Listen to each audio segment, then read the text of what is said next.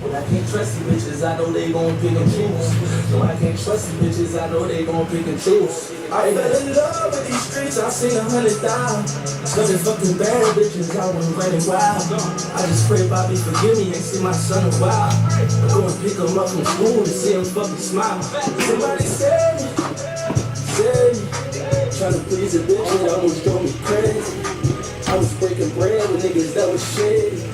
I said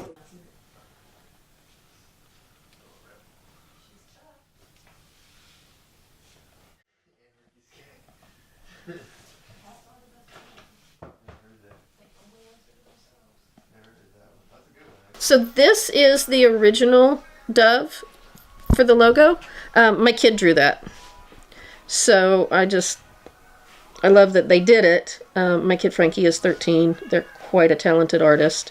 And then we started out with this is the original. And then this is what the New Orleans Art Collective came up with. And hang on just a second and I'll show you what somebody else has done. Gigi made this. So it's kind of everywhere. I'm really proud of it. I'm really happy with it. Oftentimes the first thing that happens after a disaster is people go through and clean out their closets, or they donate all the clothes that they've been holding on to for the time that they were going to donate. So we've been sorting clothes. There's some toys that were potentially useful. They just need to be really well cleaned before they can be handed out. We've been doing mold remediation. That's what the sprayer is for. And then over here, canned food, cleaning supplies, crackers, dog food. There's toilet paper, baby wipes, more dog food, dogs. These are MREs, civilian shelf-stable MREs. Here, I'll get that. All right, so these are the civilian MREs, which have chili mac, Vienna sausages, pudding, cookies and chips and a Rice Krispie treat, 3 fruit cups, a handy wipe, Pop-Tarts, raisins, those are good for iron and blood sugar, cinnamon graham crackers, cereal, and milk. And that is from Serve the People, and this is from the Red Cross.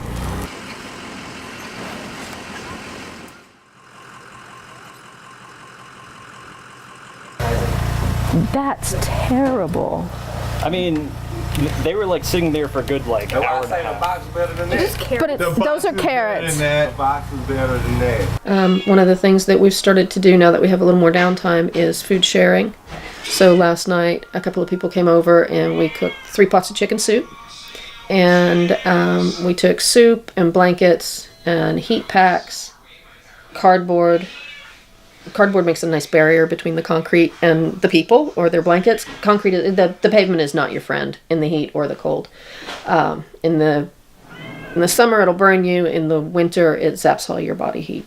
The city passed an ordinance that says it's illegal to share food with 5 or more people in public without prior written permission of the property owner.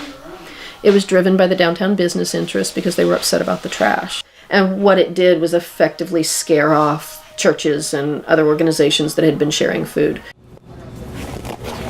I was volunteering at Food Not Bombs at the time,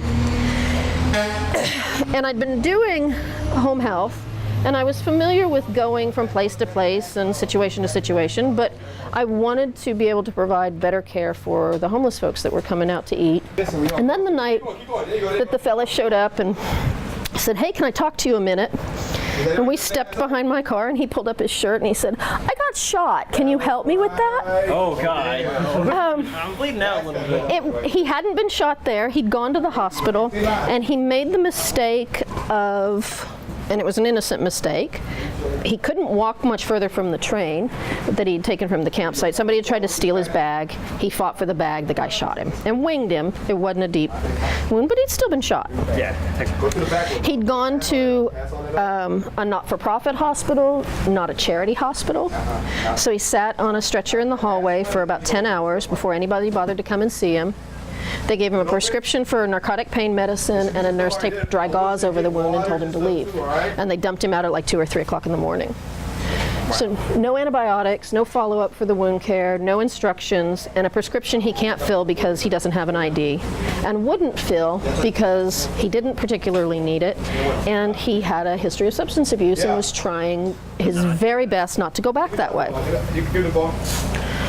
So I did what I could for it for a couple of days, and it became clear that it was infected, and I ended up taking him to the county hospital and staying with him in the ER.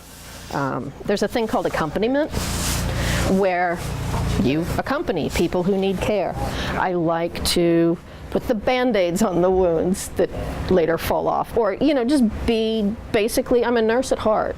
So doing the work that I was taught to do and is part of who I am gives me... Speaking of which, should this be swelling up that bad? No, it should not. Did you bang it? What did you do? Just that cut. Did you cut it back open again? I don't think so. That doesn't look good. I don't think there's a sink in the bathroom anymore. There's a shower. Let's wash that with soap and water. Sorry. Yeah, I did that a minute ago, and there's white pus. There was. Okay, so it's got an abscess, so you need to go ahead and rinse that off. That needs to be looked at. It's probably got a staph infection. Okay, that's okay. I can make it to the house, I think. Well, it doesn't have to be looked at right this minute. Right. That's an animal bite? No, it's a scratch. Who did that? A cat. Oh, honey, you need to get that looked at today. That could be cat scratch fever, and that's a bad infection. That's not just going to be staph. Yeah. I didn't know cats gave fevers. All right, so that's a cat scratch. Yeah, and we're not going to play with a cat scratch. Yeah, it is a tiny little thing, and sometimes a tiny little thing can end up being your entire hand. I don't like that. Okay. All right, my nosy personal mom thing. Do you have money for an urgent care? Okay, I do. Okay, let's go find you an urgent care.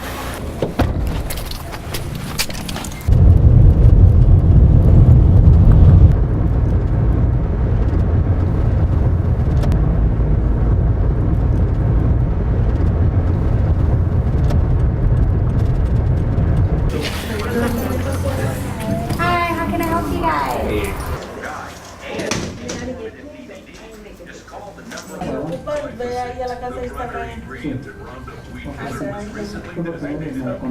My understanding is that in the George R. Brown Red Cross shelter, it was divided into dorms, and the police who enforced all the Red Cross rules were often heard to refer to the dorms as cell blocks.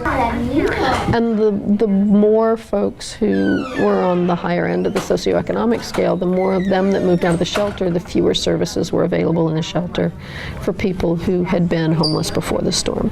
And it showed in the way that they were being treated. 3 days before the Red Cross closed the shelter at NRG, they pulled out the laundry facilities. And a couple of days after that, they pulled out the showers.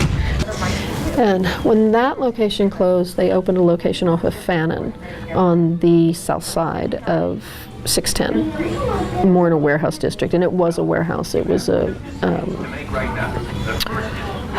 HCC warehouse that they cleaned out the day they moved people in. They put 800 people in a warehouse that's not meant to house people. We got to look inside, and it was just bed after, and not a bed, cot, just cot after cot after cot after cot. But there was no privacy. There were no flush toilets. They had porta cans. There were no hand washing facilities inside the thing. There were no laundry facilities, and the showers were located outside. And everybody that we saw that we would talk to were developing productive coughs, upper respiratory infections. The curfew at George R. Brown was midnight, and so people the first couple of nights that the new shelter was open were showing up at 10:30 and 11:30, thinking they had plenty of time to get into the shelter, and finding out the curfew had been changed to 10 p.m. So the first night the new shelter was open, they locked out 20 people, including a 9-month-old and a 14-month-old. So we stood there and argued and filmed, and everyone was allowed in that night, except for one young man who had a beer in his hand. He was not intoxicated by any stretch of the imagination, but he was upset and he was hurting, and he was telling people, look, I've been here, my dog is inside. My dog's been inside for 4 hours without me. They won't let me go inside because they say I'm late. I was 5 minutes late. They won't let me in. And a volunteer came out to talk to people. She got aggressive with some of us when she realized we were filming. And we were threatened with arrest if we didn't stop filming. So the Red Cross volunteer is talking to the police, who are then talking to the people, and she's telling them, look, if you all just calm down, and calm down. When you say calm down to agitated folks, it doesn't work. But they're all doing their best. And this young man is saying, look, this is what's going on, and I'm not happy about it. And one of our medics overheard her say to the cop, I don't want him inside. So we asked the cops, what's he being arrested for? And 4 of them put their arms up like this and shrug their shoulders and walk back inside without answering. And one of them finally turns around and says, he's not being arrested, he's going to the sobering center. If you're in the Red Cross shelter and you were escorted from the property by the police for any reason, they remove your armband and you are no longer allowed back in the shelter. It was her way of getting rid of him. So what happened to his dog? I have no idea. The dog probably went to a shelter. But that's the way the Red Cross and the volunteers, some of the volunteers behaved toward the folks that they were supposed to be here helping.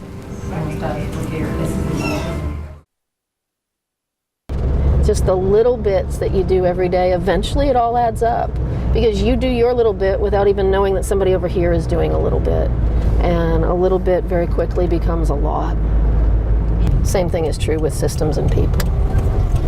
If you keep the right kind of pressure on for long enough, stuff changes. Not the Red Cross.